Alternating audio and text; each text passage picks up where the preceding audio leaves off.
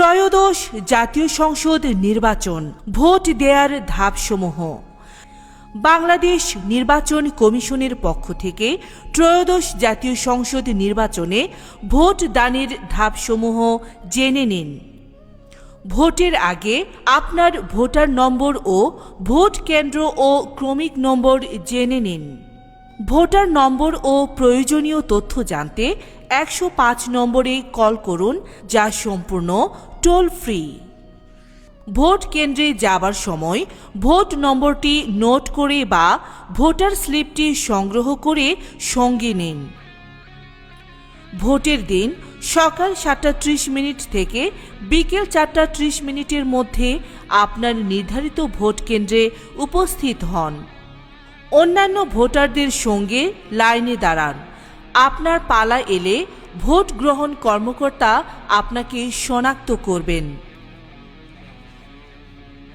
শনাক্তকরণ শেষে আপনার বাম হাতের বৃদ্ধাঙ্গুলিতে অমোচনীয় কালি চিহ্ন দেয়া হবে।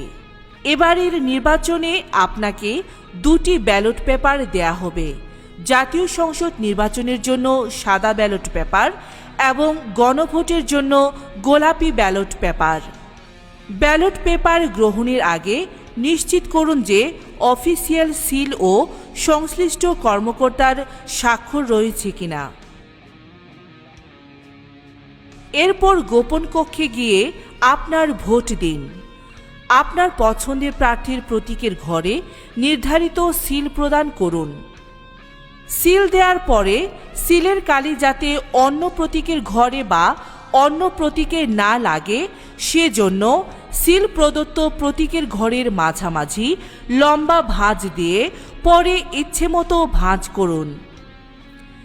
এরপর ভোট গ্রহণ কর্মকর্তার সামনে রাখা ব্যালট বাক্সে 2টি ব্যালট পেপার ফেলুন।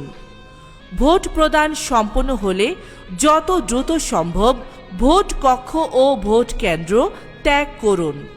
ভোট দেওয়া আপনার অধিকার। ভোট দিন, যোগ্য প্রতিনিধি নির্বাচন করুন।